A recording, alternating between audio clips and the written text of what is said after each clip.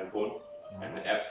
So without further ado, welcome John. Oh, thank you. Yeah. Okay.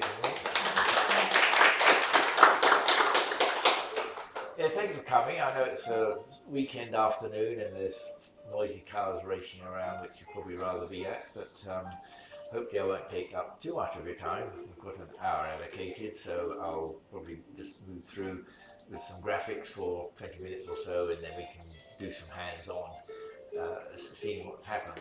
So as Kunming just mentioned, that I've been working on this deep UV system for a couple of years, and it's nice to finally get it ready as a product, and I'm pleased to say it's been well received. But let me just give you a bit of a background of fluorescence, because that's the technique which we're talking about here in this method. And if we can, if I don't go too close, it's okay. If we just go to the basics of it's a bit of a bit scientific maybe. Can I have the next slide, or are you trying to work on that? Oh, sorry. Oh, went too fast. Yeah. Basically what's happening in the fluorescence area is you've got electrons going between these states in the crystal, and normally we're talking about ultraviolet light, which lifts them from a valence band up to some other one, and the height it goes, if that's what we say, depends really on the energy of the excitation, the UV. And normally we're sort of long wave and short wave, it's operating just in that area, but once you get to deep UV, it takes electrons all the way from the valence band up to the conduction band, and that accesses a lot more states there, and that's where this deep UV, anything of greater energy than that gap there, which is about 230 nanometers, then you're in this realm called deep UV. And then two things happen in that interaction. One is you've got your fluorescence where you lift it up and then it decays back, but also with phosphorescence there can be a delay, and before it drops down to a lower state. Next, please. And why, to me, fluorescence is such a good technique is because you can use it on mounted or loose stones, on rough ones. They can be any size, as long as you can see it, even if it's 0.001 of a carat, then it can be used. And from a practical point of view, you can look at sort of hundreds of stones at the same time on a piece of jewellery, rather than having to use an optical fibre or something and test one stone at a time. So it can be very quick. And it's also very sensitive to low concentrations. Even if you get a tight loop 2 diamond, ostensibly it might only have a few parts per million, but the technique is sensitive enough to even detect the fluorescence from that. So you've got a technique that is both sensitive and really very versatile. Next, please. Now the various light sources we can use, there's probably one in here. Traditionally it was the short wave and long wave that people were familiar with. So from the box at the top there, which is typically found everywhere, my company Gemetrix then produced the jewellery inspector, which somebody might have used, which is sort of a portable, more intense version of the UV light box. And from that, same size and everything, but is the deep UV, which is a combination of the deep UV and also LW. For those who are familiar with the shortwave and long wave, that was used for many years as a technique for detecting synthetics. But when deep UV any sort of came along commercially in probably about 5 years ago, so quite a few of the other pieces of equipment, people familiar perhaps with Dr. Watson and Sherlock, they use deep UV, JTR in Turkey, and I think it's DRS in India, and there's quite a few others, but it's now the sort of the main method that is used for screening. And if you take it to sort of another level where you can actually do imaging, one of the characteristics of this deep UV is it doesn't penetrate into the diamond very much. It gets absorbed at the surface, and so that's good for looking at if there's differences in the fluorescence at the surface due to the growth, then it can reveal that, and that's where De Beers with their diamond viewer, they're using the deep UV to reveal the growth patterns of a diamond. So the source is one thing, what you're going to use for that lamp, and there's a few there combined with filters, and viewing is the other. Well, you can use your eye, which is a sort of common one, but nowadays we've all got phones, and they make for very sensitive sensors, and also especially for things like phosphorescence where it can be quite dim. Your eye would never see it, but the phone does pick it up. And the features you're looking for are really just the colour of the reaction, the intensity, and in the case of imaging, any patterns, and then also is there any phosphorescence. Next. Now those of you who've been using that shortwave long technique, the method has generally been to compare the intensity in the long wave with the short wave, and with naturals it would be a case of the long wave being brighter than the short wave, and be the opposite in the case of synthetics, both CVD grown and HVHG grown. The sort of, not the difficulty, but one of the issues with that technique is you're always having to make a comparison. You need two images, and to compare them to make that assessment, whereas with the deep UV, as you'll see, you don't need to do any comparisons, and that makes it a much more useful technique. Next, please, thank you. And there's another aspect when you're looking at the long wave fluorescence. There are quite a few of them are not blue, which can be confusing for some people. Although it's only supposed to be sort of 3% which are not blue, it's surprising how, particularly when you get to the smaller stones, you'll find pieces of jewellery where almost all of them are not blue. I think the next slide shows, you go the other way. That's it. Here's examples of, okay, there are blues in that one, but anyway, you get my point that there's a lot of them, or can be. It's a bit of a mystery why it should be. Probably because hydrogen plays a big role, and something I've found is that with smaller diamonds, there tends to be a high level of hydrogen in them. But yes, if we, what's the next slide there? When we go to deep UV, even with those coloured stones, it's quite nice that they all fluoresce blue. So that's not a very good example, but you can see there are some non-blue ones in there, and there's some weak ones, but with deep UV they'll be blue. And the next slide, please, also shows an example where there's sort of bright colours of various types, but under deep UV, blue. So that starts to make the decision process, as you can see, for a natural diamond is, does it fluoresce blue under deep UV? And if so, are we looking at natural? Well, the answer is yes, you are, but there can be a couple of instances where it's, next one please, where it's not so clear.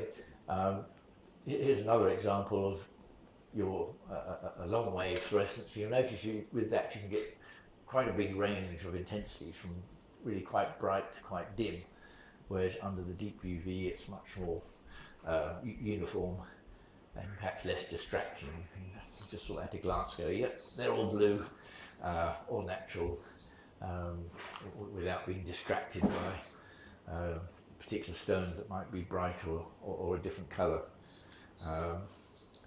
There are, though I have to confess, there are occasions when one's not sure. You think, okay, is that blue or not? So these are natural diamonds, but where, if one, in those instances, it seems when you're there might be a bit of uncertainty. If you look at the long wave, it'll be very bright or yellow. So that's where the long wave is included in this, because you can have that situation where you're not quite sure. And normally with jewellery, it's not a case of, okay, which ones are synthetic either. It's going to be, they're all natural, or half of them are synthetic. So if you're looking at something like a tennis bracelet or a brooch of diamonds and there's one or two which you're not sure about, the chances are they're not going to be synthetic. But this is just a way of double checking to be able to look into what the long wave is doing. Now, actually, if you just click the next one, because it'll, yes. So if we look at, that's the natural reaction I've told you about. If we look at how the synthetics react, with CVD, before with the short wave and long wave, it was, as mentioned, short wave brighter than long wave. But when you get to DUV, it's much more dramatic. You've got all these other colours in there: purples, greens, yellows, oranges, and but not blue. Perhaps a greenish blue will be as close as you'll get, and that can be confusing. But fortunately for those greenish blue ones, that's where the phosphorescence come in. If you're not sure, oh, before I go, I'll just point out this particular tennis bracelet. I was just demonstrating the unit to a jeweller a few weeks ago, and I needed a tennis bracelet to show him how to use it, and put it under, and that's what I saw. So well, obviously they're all CVD, but he was sold it as natural, so it can be. And okay, thank you. And yes, with the CVDs, until a few years ago, it was almost assumed that the melee diamonds are not CVD; they're all HPHT and all phosphoresce, and we'll see that. But and so some of the testing devices, even the Gemetrix, I made one called the Melee Inspector, and that just assumed, because De Beers said so, that 99.9% of all melee is HPHT grown. But the reality is nowadays that's not the case. And here's some examples of where the small melee diamonds are coloured, not blue, and indeed they're CVD. But you see how easily they can be seen. While I'm on this one, I should point out that you'll notice a sort of a row around there. They look sort of bluish, but actually the fact that they're all the same colour and they're a bit dim, they're actually CZs. So yeah, we'll be the CVD, yes. But it's quite pretty, nevertheless. Yes, what's an interesting phenomenon about the CVD is, even though there can be different colours, certainly the ones which might be bluish or greenish blue at the end, they will phosphoresce. Sometimes for a long time, but at least for 5-10 seconds. So that makes identification easy there if there's any confusion. Because with your natural ones, there isn't that phosphorescence. Now, when it comes to HPHT grown ones, I've never seen any of those showing a different colour. They all tend to be this bright greenish blue. And again, if one was uncertain about it, whether that's natural or not, then phosphorescence is what you'll see when you turn it off. And that phosphorescence lasts for minutes. It's quite extraordinary. Hello, how are you? So that's easy for the HPHT grown ones. When it comes to, I mentioned the imaging and the diamond view, that will show a structure. I've only got one example there, but that's an HPHT grown one, and you can see quite a clear square growth there. This one was actually taken with long wave, so sometimes you can see the growth. That's a natural diamond because it's irregular fluorescent pattern there. But with the deep UV, as in the Dove here, the next slide, I do actually have an accessory to put underneath it, which does to some extent show the structure. You can't quite see it very clearly here perhaps, but that has got an irregular pattern on it which indicates natural growth. And they actually go again, you've got that sort of square. Where the growth pattern can be useful is for coloured diamonds, because a lot of these tests which I've just been talking about are mainly for your near colourless. I don't know where that boundary is, typically based on the other equipment that others make. They'll say, oh, D to J or D to N is okay. I don't know what happens beyond that, because certainly I've looked at sort of almost Z coloured natural diamonds, and they fluoresce blue under deep UV, so that's fine. And I don't know what the synthetics do. I can't imagine they suddenly fluoresce blue. So, but anyway, for some of them, which definitely wouldn't fluoresce, like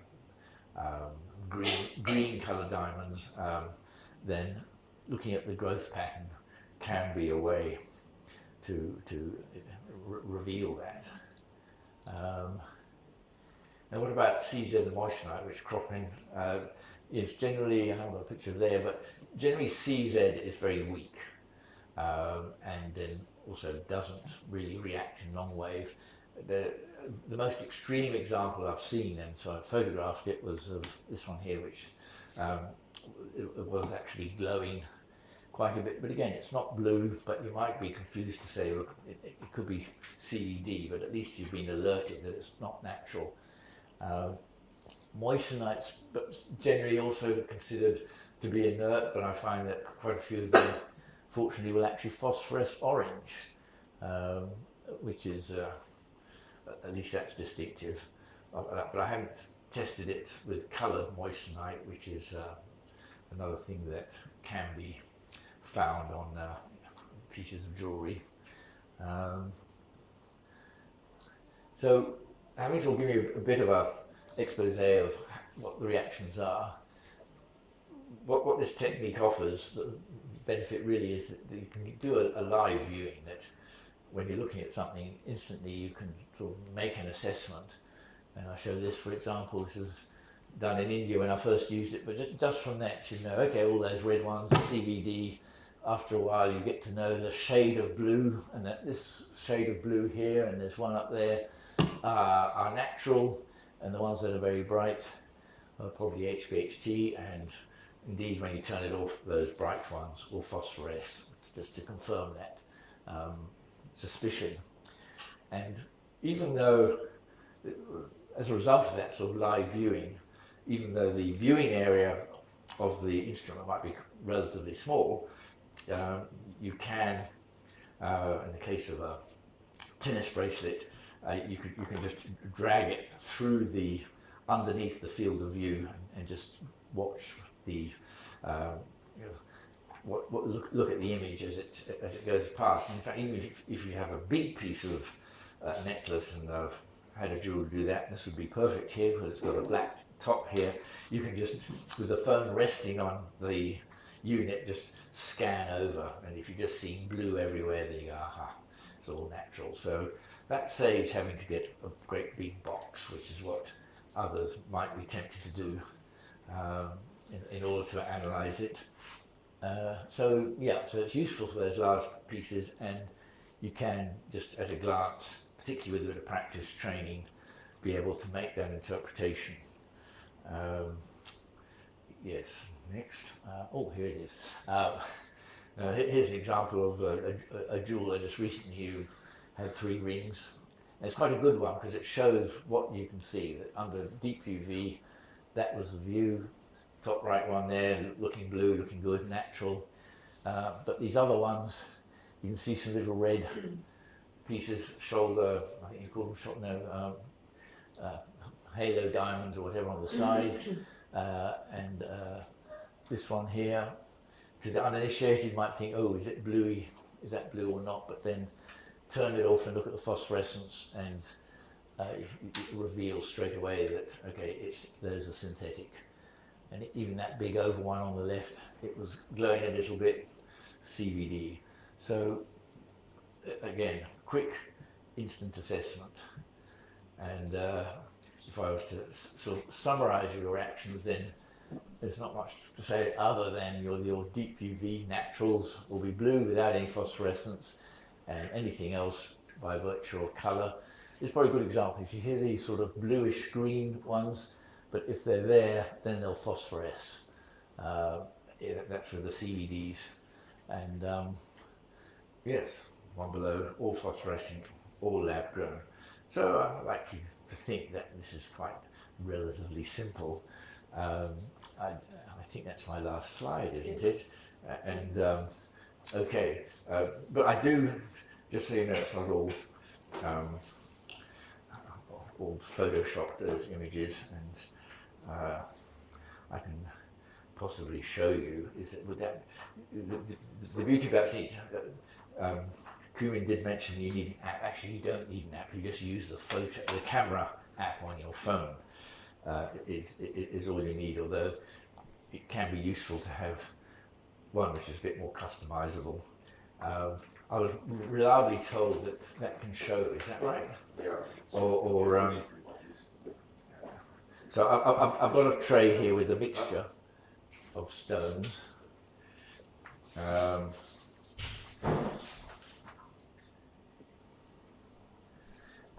can turn this off, can't I? Ha.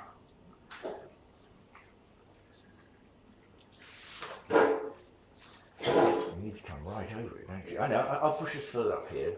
Right. There we go.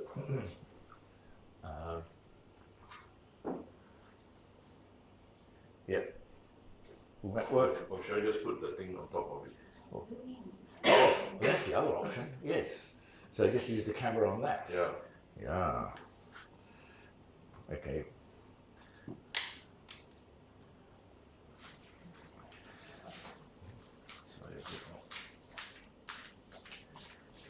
Okay, probably can we prop it up on something? No. This cup isn't quite. That's probably about right. Let's see. Yep. Up. It's nice and clear here. It's not bad. Okay. It gives you a vague idea. You can see some reds in there, and little faintish ones. It's much clearer on this. Maybe you can see this after the event. Yes, this one here, if you could have a look, and is actually this emerald-shaped one is actually greenish, very green on here.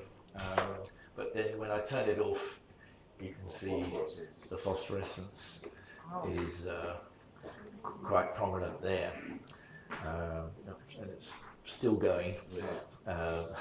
It'll go for 5 minutes,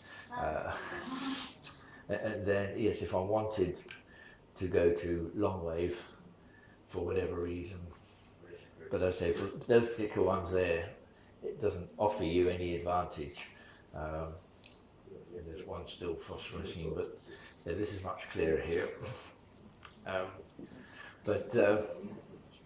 Yeah, well, fortunately there are not many of you here, so it might be easier if, I don't know, what do you think? I can put my phone on here and you can just, it's still phosphorescing. Well, before we do so, are there any questions people have from that? I said it's a short demonstration because you see there's not that much to say because of the simplicity. Yes? So in the picture, can we identify which one is natural? Oh, I see. Yes, Can point out for us one by one? That'll probably be useful, even though it's not very clear because of what was going on here. Are you able to read? I wonder. I mean, how does it look if we look at the further? I think that's better. Not bad, huh? Oh. You forward. Yeah. Yeah, it's quite good. You look in the. Okay, yeah, that's better. I need a laser pointer. Well, let's do it by a process of elimination. So your red ones, CVD, that one to the left. Hang on, I can do a shadow. Can I? No, I can't. Yeah, I think the laser pointer. Oh, I know, I can go like this. Yes. Yeah. Well, I'm going to go stand this way. Yeah. Okay, so Yes, this one here is pink, CVD, 2 reds obviously. This one, as you can't see it on the screen there, but it's actually greenish. So which are the natural ones? Well, the blue ones you can see are that one, probably that one, maybe that one. And that's where the phosphorescence comes in when I turn it off. And that's one that's phosphorescing, so you know it's not natural. But these ones, these two, don't phosphoresce. And there's also a small one down here, doesn't phosphoresce, that's natural. And these others. And there's one up the top here, that looks brighter than it actually is, which is moissanite. And this round one here, which isn't fluorescing, is CZ. Well, I think that was probably effective enough. Did that work for you? But the other possibility is, well, I don't know, if time with that, if you got any jewellery on you with diamonds, we could even put that up. Because, okay, that's a tray with loose ones, but there's this base here which has slots to put rings in, as well as area for pendants or tennis bracelets. This lady here is taking something off, so someone beat me to it. This is a nice big one. I know she's got a very wealthy husband, or it's CZ if I can find out.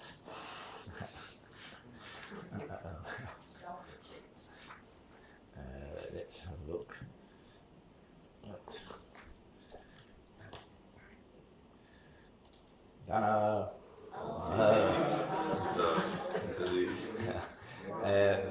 And the other one with the heart all looks blue to me, which is nice, and none of them phosphoresce. So we have one big CZ, which I hope is no surprise. Any effect on other gemstones like the tourmaline? Does it show anything for tourmaline? I'm not familiar with non-diamonds, but It's a tourmaline. Everybody come on. Take time.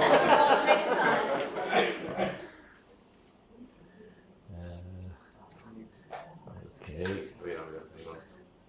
Are we? Is that your? Looks blue. What, this one? It looks blue, possibly. It looks blue from here. If you, that's got a very slight phosphorescence. That one.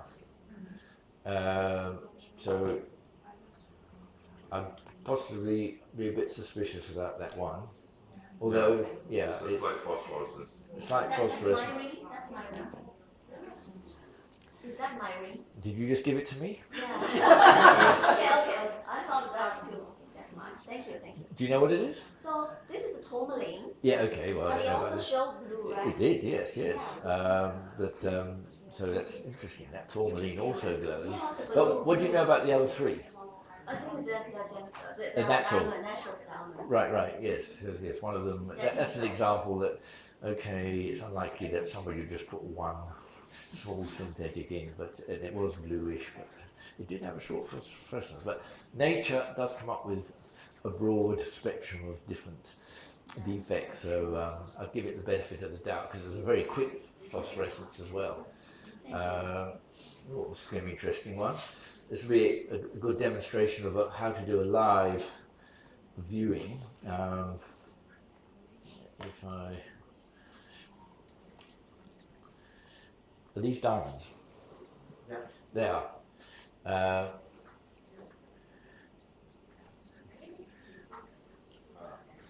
Well, they're not blue. I don't think it's... I've been tempted to say they're CZ or moissanite or glass or something. Oh, they're brown ones, are they? Okay, well they should. Let me see if I put on long wave. Okay. Yeah, this is where I need. This is where I haven't compiled a coloured diamond reaction chart, which is what's needed there. I'm just doing it under long wave. Are they dark brown? Okay, so that's why there's weak reaction even in long wave. But yes, I suppose that's an example where it doesn't work. It's dark, the coloured ones. Ooh, studs, right. Easily done. Not sure I put them the right way around.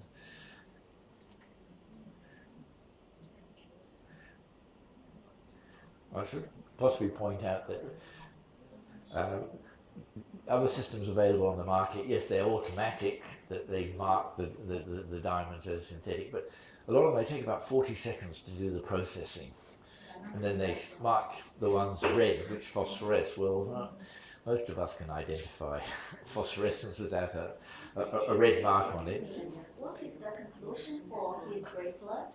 Well, because it was dark brown diamond, I don't really have any data on that. But so it depends. Well, actually, no. If you know it's diamond, then you can do it by a process of elimination. Because if it was synthetic, it would have been fluorescing orange. That brown CVDs would fluoresce orange, and they don't do HPHT brown. So by a process of a sort of elimination, you say, okay, if it's diamond, then it must be natural because it's not synthetic. Okay, we have two stud earrings here. If I can find them, there we are. Look blue to me, no phosphorescence. There you are. See, 3-second test.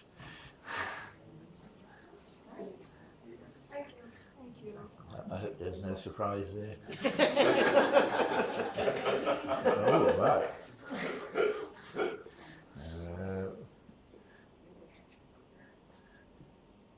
And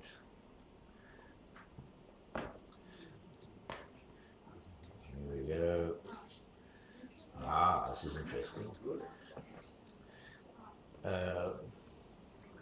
Blue-ish. No, there's no phosphorescence. Yeah. With the silver there giving a bit of reflection, it can be confusing. But, oh, that's long wave. What is the black part?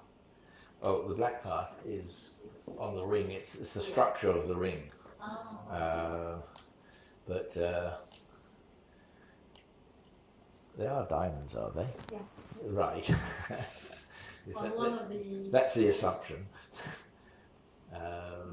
But yeah, they would appear to be natural. Phew. Phew. Oh. A bracelet. Oh, they're fun. Yeah. Let's do that. Right, while you're busy taking that off, I'll quickly see what.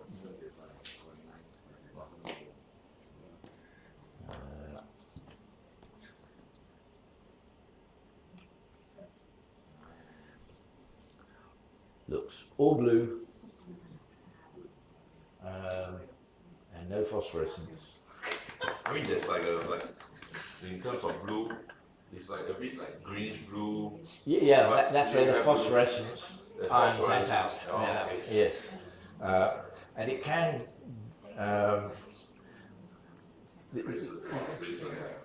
So it's this long bracelet. Wow.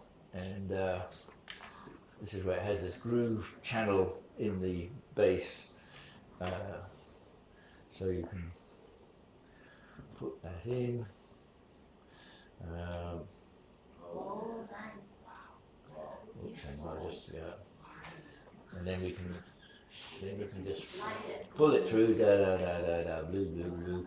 Now notice there's one there which is slightly, you probably can't see it, but there's, but the cumin can, it's slightly green, so you might go, aha, what's that doing?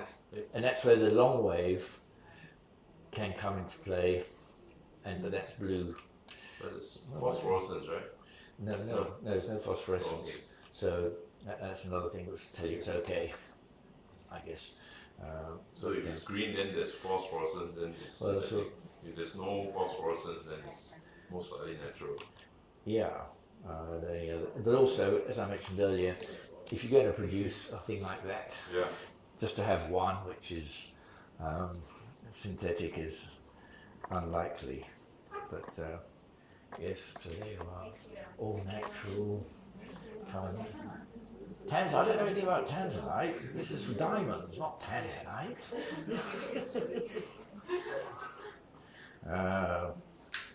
Ooh, this one's a bit.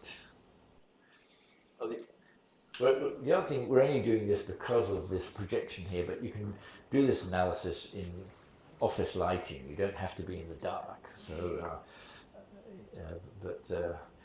it's handy for this one because that's a.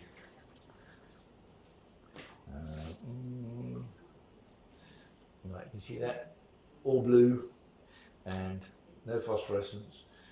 Oops. Yeah. So that's cool. Those are quite small. Bangle. Oh, that's a bit tricky. How do you support a bangle?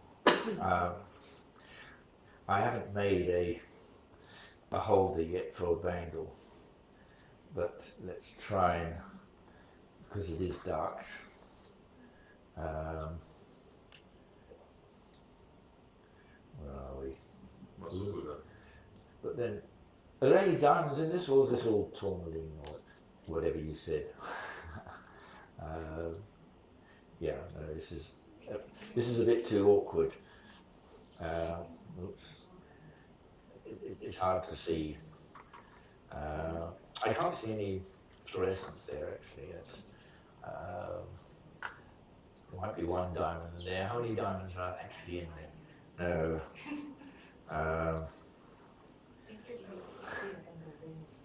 Oh, the ring. What ring? Yeah, okay. Yes, that's a good example because those are very small. It'd be very hard to test in any other technique other than fluorescence.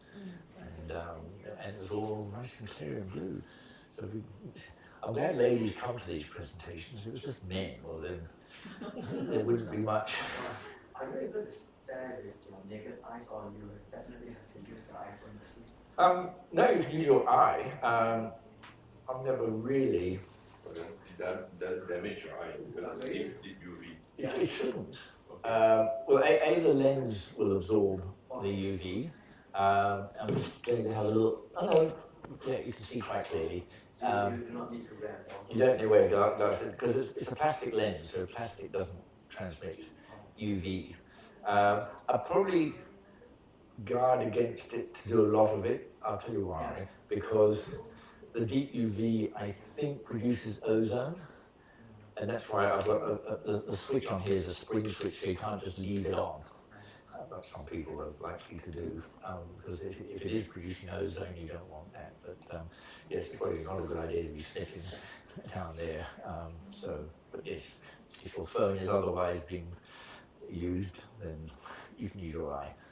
So how is this model compared to the GIA model? Well, the ID100 is that's an optical fiber technique, a spectroscopic one, which besides costing several $1,000s, it can only do one stone at a time, and even with that, because in Australia they did a special program where jewelers bought the ID100, but the trouble is 10% of the natural diamonds it labels refer. So 10% is quite a lot. So as a jeweler, what do you do when it says refer? So yes, it will detect synthetics, but 100%. And this technique should detect synthetics 100%. But it's the more interesting thing is, okay, well, of the natural diamonds, how many of those does it pick up as natural in the ID100? Yes, for almost 10% of them. It can't tell you if it's natural or synthetic. So, yeah, that's my take, and that's the reaction I got from jewelers who went and bought one because they're told it's 100% accurate, and then found yes, but lots of them are saying refer. Yes.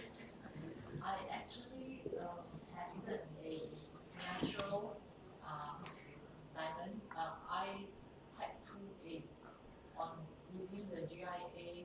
Oh, ID 100. ID 100. Yes, which he's talking about. Yes. Yeah, and it says it's natural. Yeah.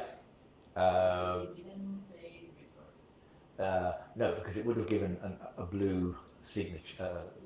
As I mentioned this, even about 50% of natural type 2s will fluoresce blue. So even with this technique, it would say it's natural.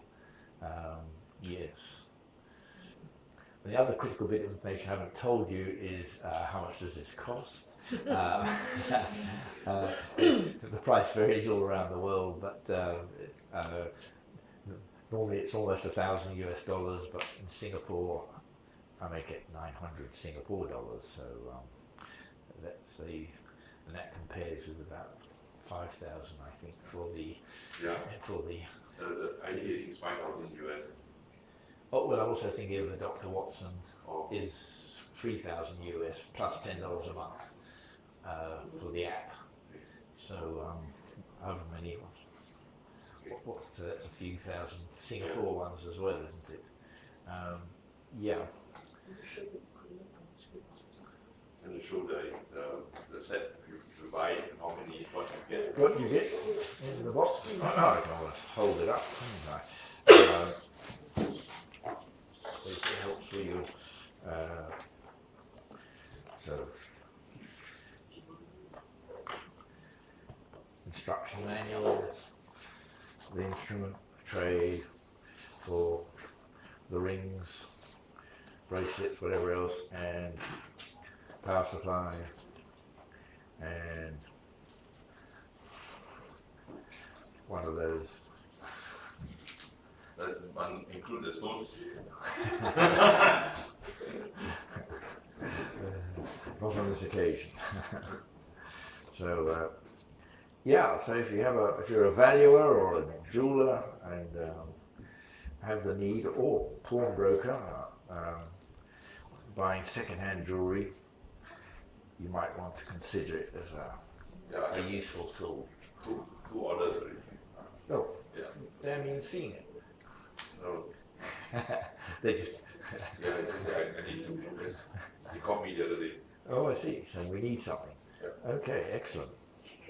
Excuse me, John. Yes. And who invented this kind of deep UV testing? I mean, who is the first person to? It was probably De Beers when they were doing the diamond view, and then as a result of that, I just look at all their literature, all the CVDs from orange or green, and the naturals are blue. So, but even then, I don't think they have a system sort of based around this. They look at phosphorescence, and they've got a few more sophisticated ones, but they don't. Anyway, I think they were probably the leaders, the early ones. Yes. Coated diamonds. Actually, that's a picture I haven't got there. Is one of the good things about fluorescence is, especially if the stone's loose, if you've got a doublet or something, you can see two different colours quite clearly. But if it's and GIA had an article recently, I think, with the blue diamond that was coated, and that showed up with the UV. But that's going. But it'll be interesting. I haven't seen what the reaction would be with, say, a natural diamond with a very thin CVD, because that's the sort of thing you might do to try and make it 1 carat. But if it's such a thin coating, will it show up as being red, for example? I'm not sure until I've given one. But something to look out for, certainly. Sorry, Mr. Chapman, I have a question. Yes. So this device is only to test actually white or slightly towards colorless diamonds. It's not so clear. I didn't quite understand the Yes, yes. No, I didn't sort of touch on that, but I'm glad you asked that question. Give me an opportunity to speak. For those of you who have the jewellery inspector on my website, you might have seen I produced a poster for all the different colour diamonds and how they react in long wave and short wave, and the imitations. And so it's on my agenda. I'm going to do a similar one, but for deep UV and long wave, so that would help. I can tell you though, certainly ones like pinks, they'll behave the same in deep UV. If you get orange and it's been treated, yeah. But I think quite a few of those, I don't know if the DUV necessarily gives you more information for the coloured than the short wave, long wave, but I could be wrong. Yeah, so in the meantime, everyone's saying D to M or D to N, but yes, white diamonds. But I think it can be extended a lot beyond that, and that's why I'm sort of keen to make that reference chart. And but it means if you're using your eye or a phone, you can make that interpretation. Whereas if it was all done by software, I think it'll be much harder because it doesn't know what the colour of the diamond is. Whereas, so yes, that's for the more advanced users Thank you. can do that. John, Yes. one question. Does that mean that generally it's safer to so-called get a type 1 diamond? Because the CVD, all those synthetic diamonds actually behaves quite close to type 2. Well, yes, they're all type 2s. And the majority of the diamonds in this world are all type 1. The natural diamonds are type 1, yes, all the synthetic ones will be type 2. And the natural type 1s, apart from, I think it was you, wasn't mentioned, he had a type 2, but they still behave, most of them, as a type 1 from a instrument point of view, because they'll have an N3 centre. And yes. Sorry? Red diamonds? Oh, black diamonds. They show nothing. Well, they absorb the light. Yes, I've had people look at black and there's nothing you can do with them because unless you started going to spectroscopy, you might be able to. But yes, I think if you test it under anything, it's just black. Hi John, one more question. You tested my ring and the center stone is actually a blue, is tourmaline. Yes, yes. Paraiba tourmaline. Yes. And show almost the same blue, Blue. under your deep UV. Yeah, and that's where when I do my chart, you go, oh, blue, and I know blue diamonds won't react. They won't have a blue fluorescence. They tend to have a, let me think, I did look at some, I have to look at my thing, but yes, but it's not to, deep UV is not to be treated as it's not a diamond detector. It's a diamond screener. So there's a distinction there, but yes, the fact that it's coloured, I'm pretty sure natural blue diamonds don't respond to. I'll have a quick look. When I was my question is that what if this tourmaline is colourless? You also show blue under deep UV? Quite possibly, yes. But that's where under long wave, it probably doesn't show anything. That's where the double test might come in. I'll just quickly see if I can find a blue diamond that I looked at in Hong Kong recently to see how that behaves. But no, it'll take me too long to scroll around to find it. Oh, there we are. Yes, you see I've got coloured diamonds here. And recording their reaction. Is that blue? I don't know. So my project for the next few weeks is to compile all those. Thank you.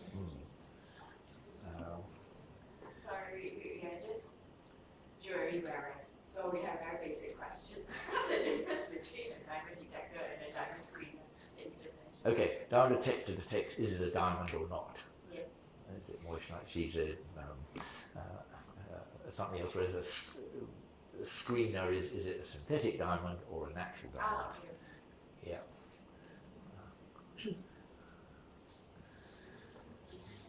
There's no questions. John, your equipment, does it come with a poster? Or No poster, not yet. not yet, I see. No, but Not even in a soft copy? Well, How do we, make reference? for the colour diamonds, Yes, which I'm referring to, that will be available in a couple No, of for months. the colourless ones. Oh, the colour? Yeah. Oh, but there's no poster required. It's No just need, blue. okay, so Blue. it's just for phosphorescence and blue. That's right, yes, yes. Okay. So it's just really straightforward. Straightforward, that's Mhm. yes, Mhm. that's its beauty. Yeah, there's no software and whatever That's it. is needed, right? Yeah, no app. Cool, this is good. And how about the phone? I mean, if we use the phone and the setting of the phone for the camera and all that, it might affect the color that we see. Yeah, Yeah. that's true. Some phones will behave differently, and the blues might look a bit green and that sort of thing. Mhm. I said there's no app, but actually in a couple of weeks I will have one if people really want. But you can go to the Gemetrix app site and click on it, and that will have a fixed exposure I and see. color temperature, Okay. so that you don't get that effect. Cool. But it's not critical. But I'll have it. But yes, it's a good point. Do you sell this online or? Well, people send me emails, or they can get them from if you're in Singapore, get them from Kunming. So Yeah. yes, It's great. So I think it's done. I think so. If you've got no questions or anything else, So thank you for coming. another question would be, I'm not sure because we are Singaporeans. I guess some of them might be interested to look through the slides that you have just presented. Right. Would it be okay I'm happy. for them to Yes, absolutely. If they come have to you, it as a use PDF it. or something? Yep. Yeah. Yep, So then I'll- we all can at least look through those slides that you presented just now. Yeah. Right? No problem. Anything that helps with sales, yes. Yes, so I think we can switch on the lights and then maybe Yeah. you can continue to ask or check stuff if you want to. That's okay. Yeah. Yeah, so by the way, we have a lot of all this setup and all that, right? So we have it live streamed, which means that you can review back the video, later on. Yeah. Which channel? Huh? Which channel do you live stream on? We send you the link lah. Oh, okay. You all got registered, right? Not walk in one or okay. Yeah. Okay, so that's it. Thank you very much. More questions. Is there a color, menu inside with color to tell us which color, which is. Well, let me just show you the menu. You can tell me whether it answers your question or not. So the manual It's already discounted. shows the natural and the synthetic, and you're pretty well what I showed you. Sure. Enough flow charts just to make it a bit technical, so that should be enough.